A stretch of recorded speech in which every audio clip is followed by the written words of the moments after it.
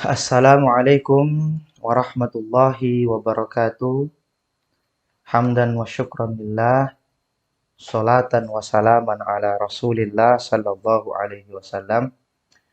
Maha santri persada yang dimuliakan Allah subhanahu wa ta'ala.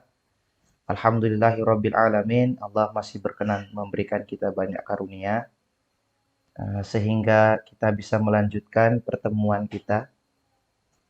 Yang memasuki pertemuan yang ketiga. Membahas tema besar yaitu tafsiru ayatil ahkam. Di pertemuan sebelumnya kita sudah membahas secara sederhana ma huwa tafsir lughatan wastilahan, apa itu tafsir, maknanya secara bahasa dan juga maknanya secara istilah, dan juga kita sudah menyinggung nasy'atut tafsir wa tatawwuruhu. Jadi perkembangan dan pertumbuhan tafsir yang di pertemuan terakhir kemarin, minggu kemarin, kita sudah membahas secara sederhana perkembangan tafsir di zaman Rasulullah Sallallahu Alaihi Wasallam. Di pertemuan sebelumnya kita ulas sedikit sebagai batu pijakan sebelum masuk pada pembahasan kita pada hari ini. Ya. Jadi pertemuan sebelumnya kita membahas atau kita mendapatkan kesimpulan bahwa tafsir pada masa Rasulullah merupakan pondasi awal dari perkembangan tafsir itu sendiri. Dan mufassir yang paling awal, al-mufassirul awal, ialah Rasulullah Shallallahu Alaihi Wasallam sendiri. Dan di masa itu dengan demikian hanya ada tafsir yang tunggal, yaitu para sahabat hanya merujuk kepada Rasulullah ketika mereka mendapati ayat-ayat yang bagi mereka sukar untuk difahami atau belum mereka ketahui makna dari ayat tersebut. Nah, setelah pada masa itu tentu masuk pada masa sahabat ya. At-tafsiru fi ahdis sahabah. Nah, ini akan kita bahas pada pertemuan kita kali ini di 10 dan sampai 15 menit ke depan. Jadi dalam kitab yang kita rujuk dikatakan ihtammas sahabatu ridwanullahi alaihim bitahfidil qur'ani wa tafsirihi. Jadi para sahabat itu memberikan perhatian yang sangat besar kepada penghafalan Al-Quran dan juga penafsiran Al-Quran.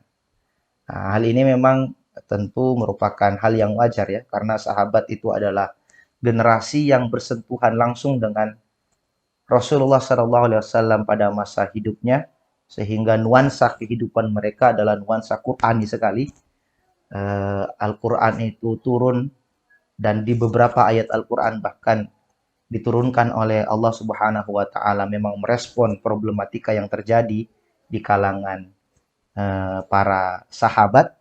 Dan selain itu memang para sahabat adalah orang-orang yang haus akan keilmuan, haus akan bimbingan yang bersumber dari Al-Qur'an. Maka tentu mereka berlomba-lomba untuk menghafalkan Al-Qur'an dan juga berlomba-lomba untuk memahami ayat-ayat yang turun ketika itu. Nah, dikatakan lagi faqad waradat ar-riwayatu an katsirin minhum bitafsiril Qur'an wal ihtimam bibayanihi ya. Jadi banyak riwayat-riwayat hadis yang menceritakan atau yang memberitahukan kepada kita atau yang memberikan kita informasi terkait dengan kebanyakan para sahabat, mayoritas para sahabat yang betul-betul mencurahkan waktunya, mencurahkan kemampuannya, kesempatannya untuk mempelajari dan mengambil hikmah dari Al-Quran untuk dijadikan nilai-nilai atau panduan-panduan di dalam kehidupan. Bahkan dari beberapa riwayat tersebut kita dapat mengetahui para sahabat adalah orang-orang yang gemar menghidupkan kajian Al-Quran dengan membuat halakoh-halakoh kecil, perkumpulan-perkumpulan kecil ya. Nah, kalau di masa Rasulullah tentu perkumpulannya satu saja ya. Jadi kepada Rasulullah saja ya, itu ya perkumpulan paling pokok. Jadi Rasulullah yang menyampaikan atau di antara mereka langsung bertanya kepada Rasulullah, atau mungkin ada para sahabat yang bertanya kepada sahabat lain, tetapi yang ditanyakan adalah apa yang disampaikan oleh Rasulullah terkait dengan ayat-ayat yang dia luput untuk ikut di halakoh tersebut, mungkin karena ada perjalanan dagang dan sebagainya. Intinya kalau masa Rasulullah itu sumbernya satu. Nah, di masa sahabat ini, sebagaimana tadi yang disampaikan di dalam kitab ini, para sahabat itu banyak menciptakan atau menginisiasi atau melakukan perkumpulan-perkumpulan yang mana perkumpulan itu mengajarkan ilmu-ilmu keislaman. Salah satu yang paling penting dari ilmu itu adalah tafsir Al-Quran atau tafsir ayat-ayat Al-Quran. Mengajari pemahaman-pemahaman terhadap ayat Al-Quran. Misalnya saja salah seorang sahabat yang bernama Abdullah bin Mas'ud, di dalam satu riwayatnya beliau mengatakan, "Walladzi la ilaha ghairuh." Nah, ya.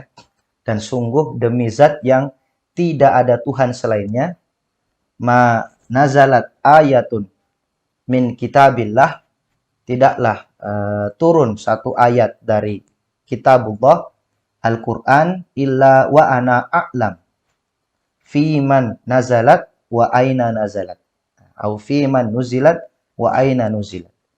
Nah, tidaklah satu ayat itu diturunkan atau turun kecuali pasti aku tahu ayat itu diturunkan terkait dengan siapa dan di mana ia diturunkan. Walau a'lamu makana ahadin a'lamu bi kitabillahi minni tanaluhu al-mataya la ataituhu. Ya. Sekiranya aku mengetahui seseorang yang dia lebih punya pengetahuan terkait dengan Al-Quran ini dibandingku, yang untuk mencapai orang tersebut aku harus melakukan perjalanan yang sangat jauh, maka pasti akan aku tempuh perjalanan itu. Nah, dari riwayat ini kita dapat mengambil satu gambaran penting bahwa seorang sahabat Abdullah bin Mas'ud ini di pernyataan yang pertama bahwa dia adalah orang yang termasuk orang yang paling tahu terkait dengan latar belakang atau hal-hal yang berkaitan dengan Al-Quran. Nah, utamanya ketika ayat turun itu, dia tahu ayat itu turun ditujukan untuk siapa dan juga di mana ia diturunkan. Nah, jadi Makkiyah, Madaniyah, Nasikh, Mansukh, persoalan-persoalan yang mengitari terkait dengan turunnya Al-Quran, beliau paham banget, sangat-sangat paham. Nah, sampai di pernyataan kedua, beliau dengan menegaskan, dengan tegas mengatakan bahwa sekiranya ada orang yang lebih paham dariku terkait dengan ayat Al-Quran ini, meskipun orang itu jauh sekali dari tempatku, pasti aku akan mendatanginya untuk belajar padanya. Nah, di sini kita bisa mengambil ibroh lagi, atau fihi dalilun. Di dalam keterangan ini ada keterangan bahwa betul-betul para sahabat itu memberikan perhatian yang sangat besar terhadap hal-hal yang berkaitan dengan Al-Quran, pengetahuan, wawasan-wawasan yang berkaitan dengan Al-Quran. Nah, tentu kalau kita ingin mengambil pelajaran penting bahwa sekelas sahabat saja mereka punya perhatian yang sangat besar terhadap ayat Al-Quran dan ilmu-ilmu yang berkaitan dengan Al-Quran. Nah, tentu kita sebagai generasi yang semakin belakang, yang mana sudah sunnatullah, semakin belakang kita akan semakin banyak ujian, ya, akan semakin jauh kita dari Al-Quran, akan semakin jauh kita dari pembelajaran hadis dan lain sebagainya. Tentu kita lebih berada pada kondisi untuk semangat belajar Al-Quran dibanding para sahabat sebenarnya, ya. Nah, melihat keterbutuhan kita terhadap Al-Quran itu sendiri. Maka mempelajari belajar tafsir ayat Al-Quran itu bagian daripada sebenarnya kesadaran kita akan kebutuhan ayat-ayat Al-Quran yang itu ternyata kalau kita lacak adalah kebutuhan setiap umat Islam, ya, termasuk para sahabat sendiri. Itu dari Abdullah bin Mas'ud. Nah, yang lain lagi dikatakan waqala Masruq kana Abdullah yakni Ibnu Mas'ud yaqra'u alaina as-surah thumma yuhaddithuna fiha wa yufassiruha ammatan nahari. Jadi dikatakan bahwa Masruq meriwayatkan bahwa Abdullah bin Mas'ud adalah sahabat yang mengajarkan kami Al-Quran. Di mana pengajaran itu dilakukan dengan beberapa tahap. Yang pertama adalah membacakan kami satu surat, lalu memberitahukan hal-hal yang berkenaan dengan surat tersebut, lalu memberikan tafsir terkait dengan ayat-ayat yang terkandung di dalam surat tersebut sepanjang siang. Nah, jadi Abdullah bin Mas'ud ini orang yang atau sahabat radhiyallahu anhu yang membuat halakoh tafsir, halakoh keilmuan, lalu mengajarkan tafsir kepada para tabi'in. Ya.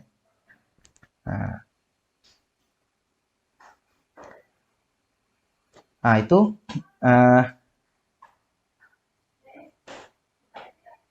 jadi dari sini saja kita dapat mengetahui kembali bahwa memang para sahabat memberikan perhatian yang besar terhadap tafsir. Lalu dikatakan wa tafsiru fi hadhil marhalah lam ya'khudh tabi'ut tadwin wa lam yattakhidh lahu syaklan munazzaman. Nah, ya. Wa kullu ma warada huwa tafsirun li ayatin mutafarriqah min ghairi tartibin wa tasalsulin li ayatil Qur'an wa suwarihi kama la yashmalul Qur'anu kullahu.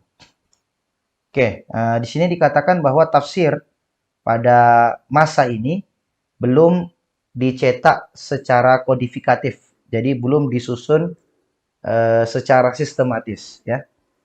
Dan juga belum berbentuk memiliki bentuk syakal, tanda baca dan bentuk tulisan yang tertata rapi. Jadi belum ada titiknya ya, belum ada harokatnya dan lain sebagainya.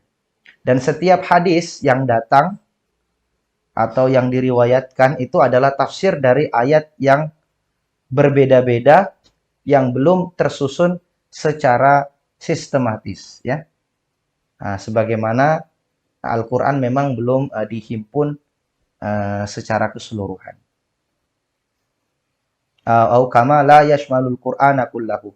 Nah, sebagaimana juga tafsir itu belum mencakup seluruh ayat-ayat Al-Qur'an ketika itu. Jadi penafsiran yang dilakukan oleh para sahabat pada masa sahabat itu belum menyentuh seluruh ayat-ayat Al-Qur'an. Jadi memang ya masih sebagai pengajaran terhadap ayat Al-Qur'an di beberapa ayat-ayat tersebut ya. Karena memang di masa itu karena kualitas dari generasi pada masa itu, jadi pada masa sahabat dan pada masa tabi'in tentunya, yang mana tabi'in ini menjadi murid daripada para sahabat itu sendiri, itu tentu masih memiliki kualitas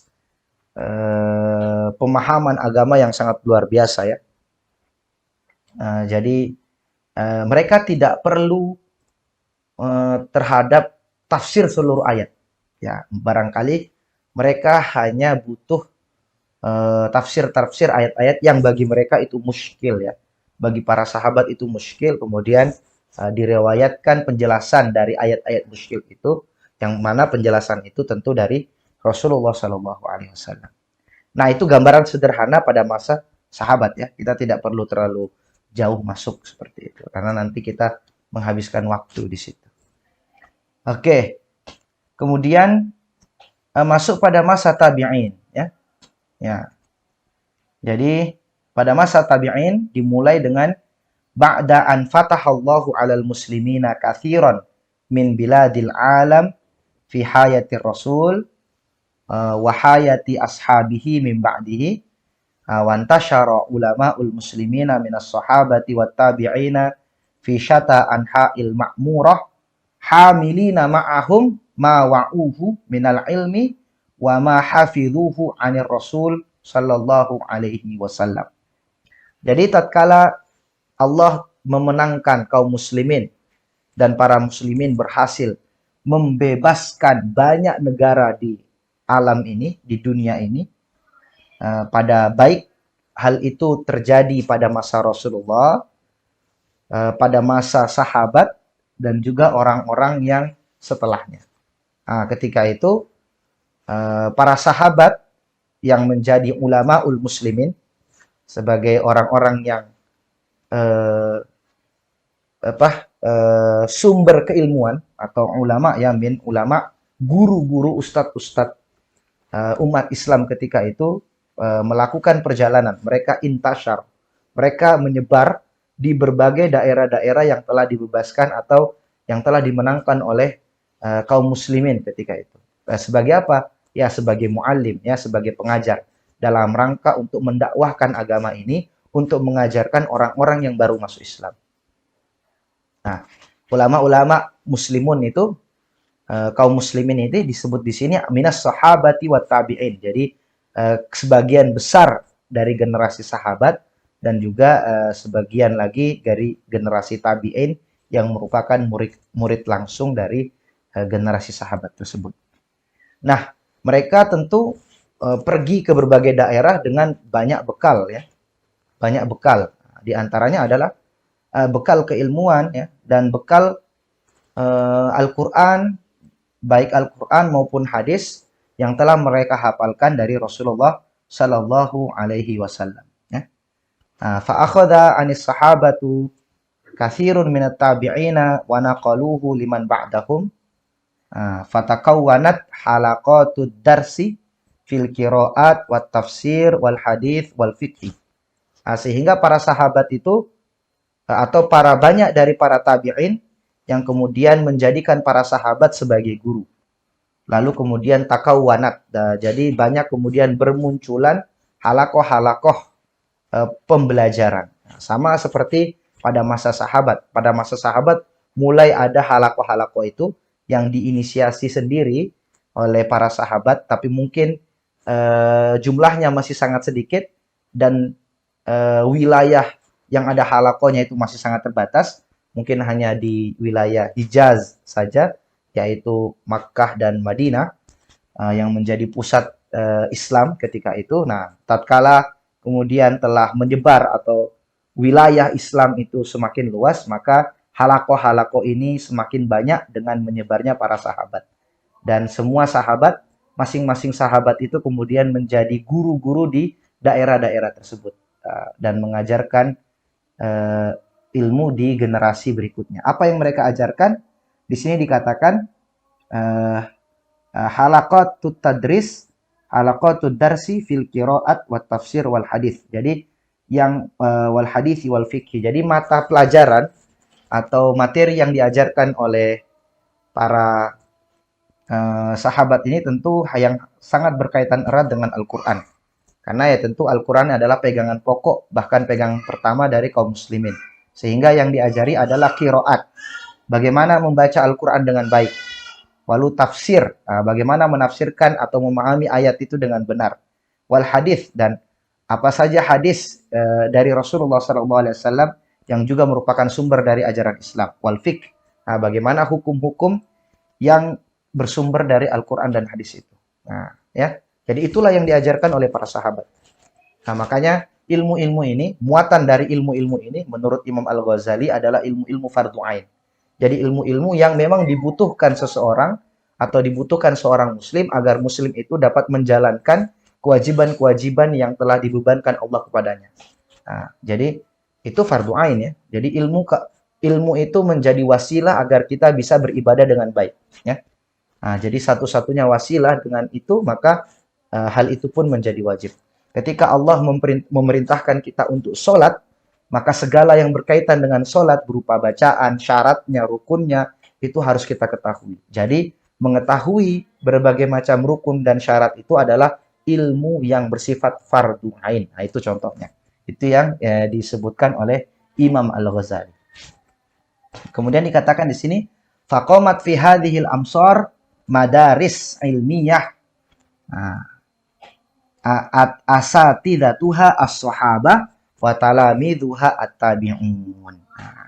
Sehingga di banyak kota-kota besar akhirnya bermunculanlah sekolah-sekolah keilmuan yang mana guru-gurunya itu adalah para sahabat dan murid-muridnya itu adalah generasi tabi'in.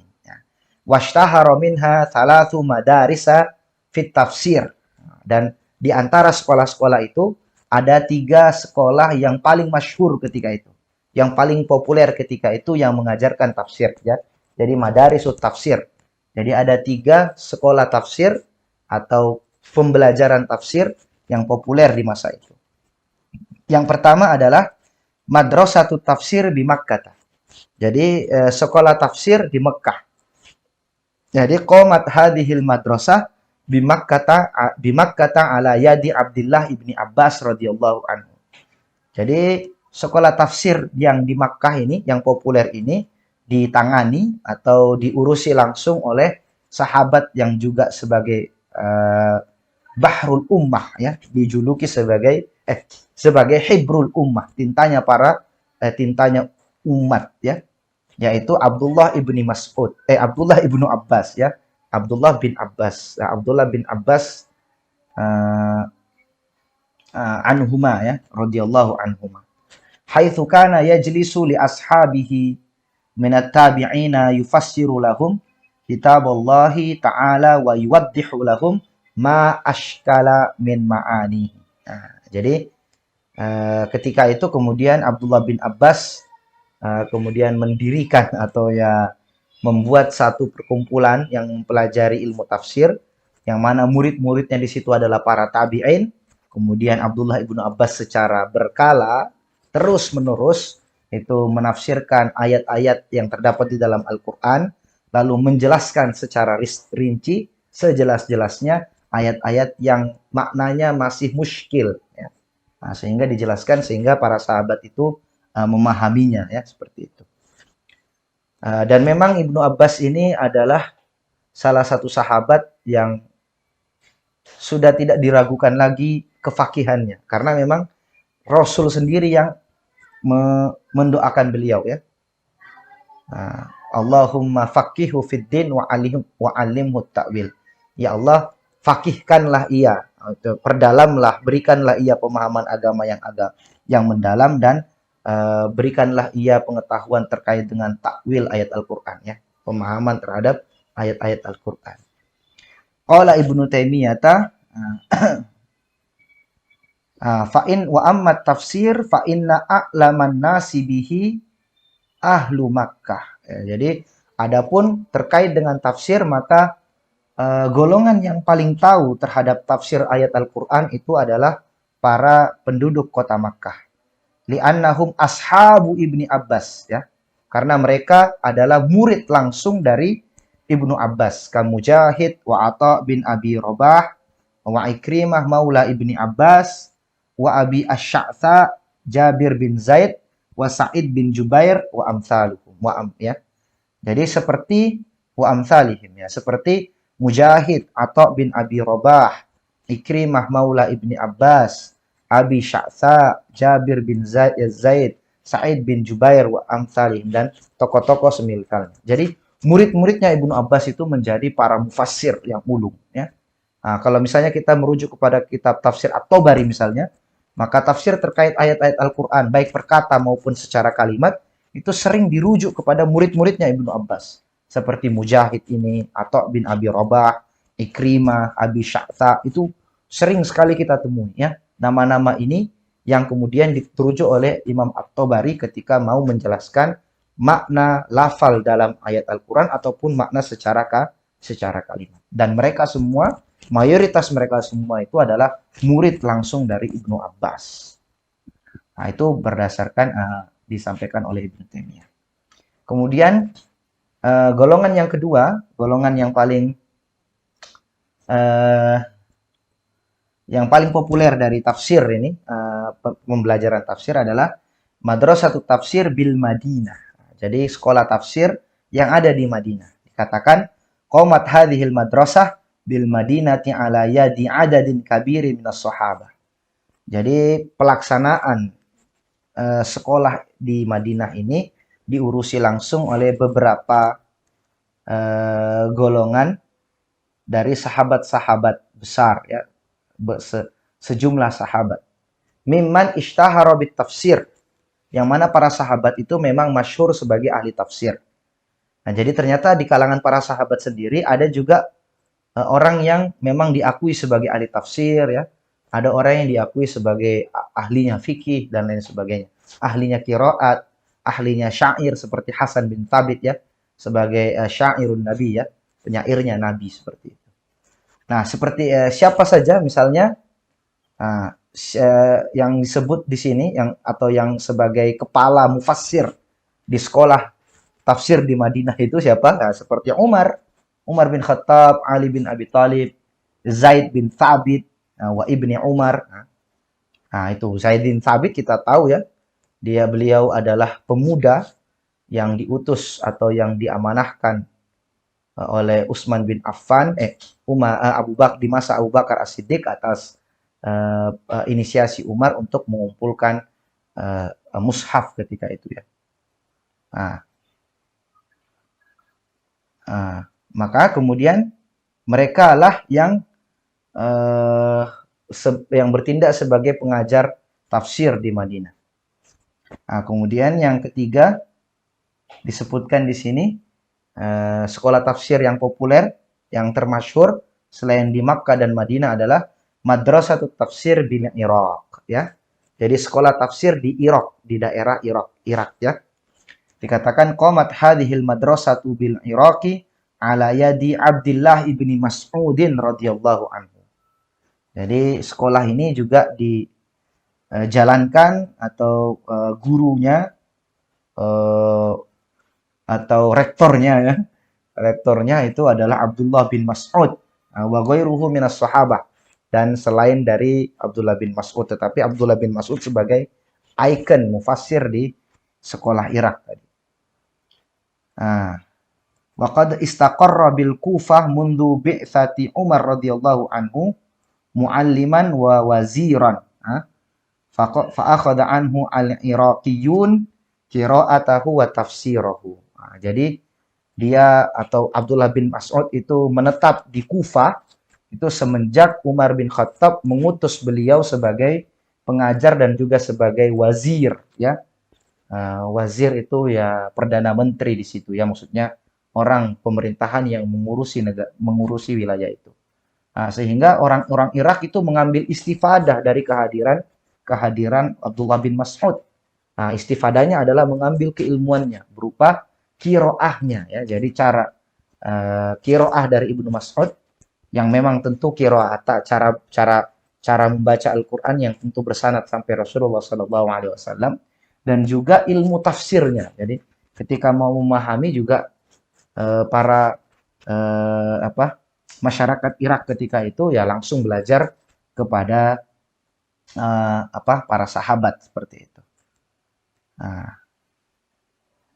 Fahaula'i hum masyahirul mufassirin ya. Dan mereka adalah masyahirul mufassirin. Orang-orang yang masyhur dari kalangan mufassir dan juga guru-guru mereka. Jadi wattabi'un alladzina talaqqau ulumahum anis sahabah hum min masyahiril mufassirin. Sehingga juga murid-murid mereka dari generasi para tabi'in yang memang langsung mengambil pelajaran dari para sahabat itu kemudian di kedepannya juga menjadi para mufassir yang populer ya. Dan ketika itu sumber dari tafsir itu sudah beraneka ragam ya.